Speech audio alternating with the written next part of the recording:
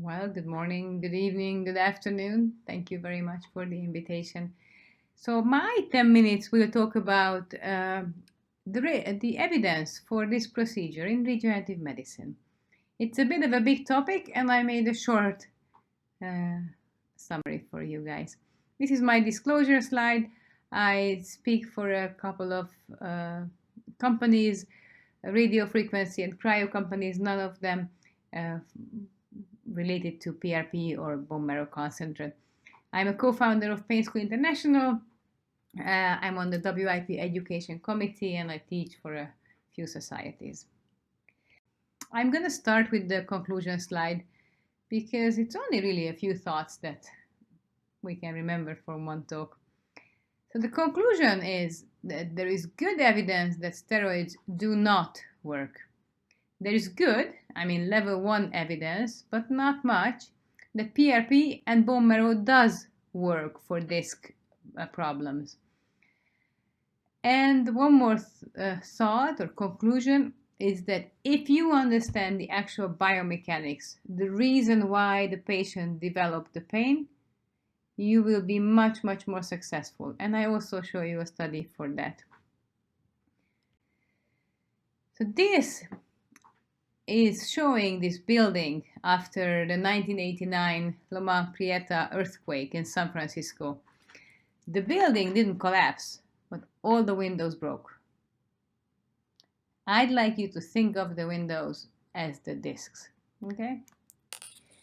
Now this is what Japan does. They make earthquake-resistant buildings by cross-bracing, okay? Just remember this.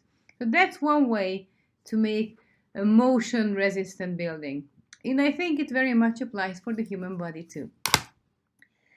A quick review on steroids. JAMA article proves that 2 years of triamcinolone makes knee joints much worse than if you do nothing. Here we have a Lancet study that proves that corticosteroids make tendinopathies much worse than when you do nothing. Just bear it in mind. So be careful. We have more and more evidence, and because of the limited time, I'm just showing you this, but there is so much more that we understand that steroids do not give long-term solution. They make us look good, and then it's the downfall of the patients. Okay? So let's look at the discs. What do we have? We know this. Many of you seen this slide. I don't know who was the first author of this slide, but it's a very smart one. We come up with good therapies for discs. They look good, and then we fail with them. Now we know that if we put PRP or stem cells in the disc, we know it in animals, that you can improve the disc height and you can even make the MRI look better. Now we don't have that much for humans, but we have some. So here you can see what's available for PRP for low back pain patients. We have case series and prospective trials and more case series. They're all positive. Some only follows the patients for 6 months, but they are positive. Now the one I want to point out is this yellow highlighted one, the Tuakli-Lutz study, because they went and did actually a nice quality study. They did lumbar, intradiscal PRP, prospective, double-blind, randomized controlled study. They came up eventually with 3 publications, but it's the same project. The first publication was really, as mentioned, double-blind IRCT, beautiful. The results were so good that, of course, when they went back for the second publication, 2 years after, the patients were no longer randomized. But what they found, that the patients who did get the PRP treatment were doing much better.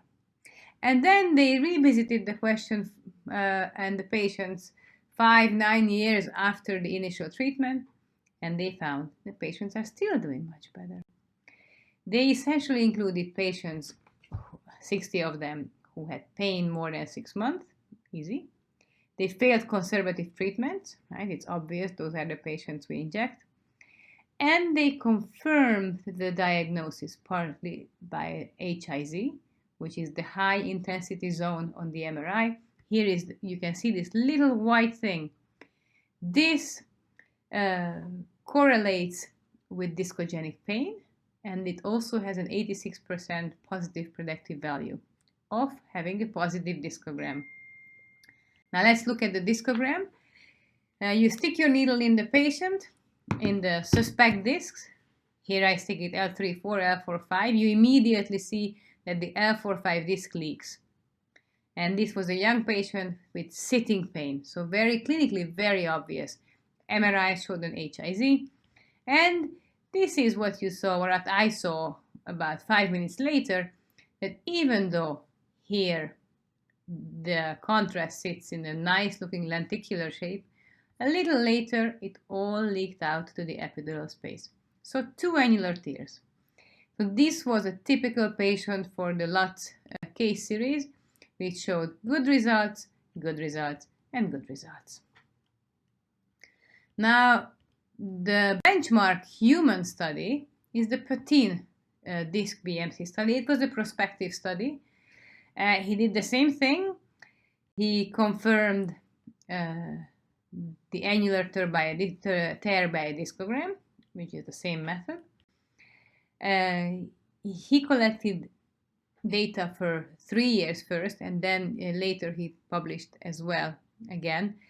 But essentially, 20 out of the 26 patients remained enrolled in the study at 3-year point. He lost some to surgery, but many of them were doing really well.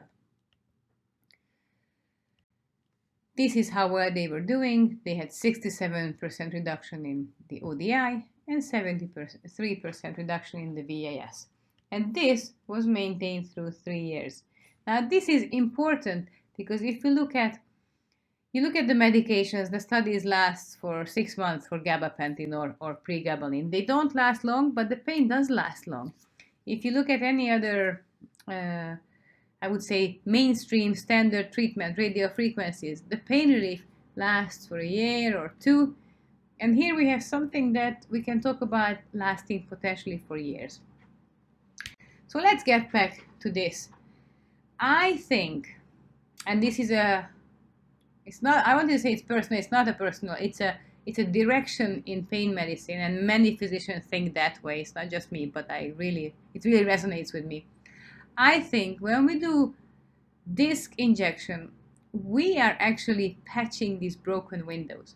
We do not fix the underlying problem, which is the lack of the cross-bracing, as I showed you. But there is this study by Kirchner. There's a lot of reasons to criticize the study. But one thing is very exciting about it. He injected intradiscal, intra-articular in the facet, and transforaminal epidural injection. His outcomes are amazing. 96% of the patients showed excellent result at 6 months and also on longer term. Now, why do I love this study so much? I'll show you why. But I believe that happens with the patient when they have a discogenic pain. First, usually they don't have discogenic pain. They start with rupturing the ligaments, spinous process is separating, forward pressure going on the disc bulging out, or ruptures. They may have radicular pain or may not, but just they can have discogenic pain as well. So that is how it develops. So when you follow the concept of, it's called the Tensegrity, which I'm sure many of you heard the concept, then you're not gonna only inject in the disc and fix these broken windows. You're gonna fix the windows, but you will also provide the cross bracing. So your target injections will be supraspinous ligaments, the facets, the iliolumbar ligaments, thoracolumbar fascia, and the muscle attachments, SI, and the back muscle attachments as well. You can use dextrose prolotherapy. I always say that's the poor doctor's PRP, but you can use fancy PRP or even fancier bone marrow concentrate. And you will have similar outcomes as Kirchner. And patients will love it. And I gotta say, you will love it. You will not get burnt out because you have so many patients, and I'm passionate about this. So to finish again, and that's the take-home message, I say stay away from steroids as much as possible, or consider the clinical scenario if it really truly makes sense. There is good level 1, but not enough evidence that PRP and bone marrow does work fantastic in the disc, and we need more studies. And if you please consider the biomechanics in the low back, in the neck, your success will be so much better. Thank you very much for your attention, and enjoy the rest of the conference.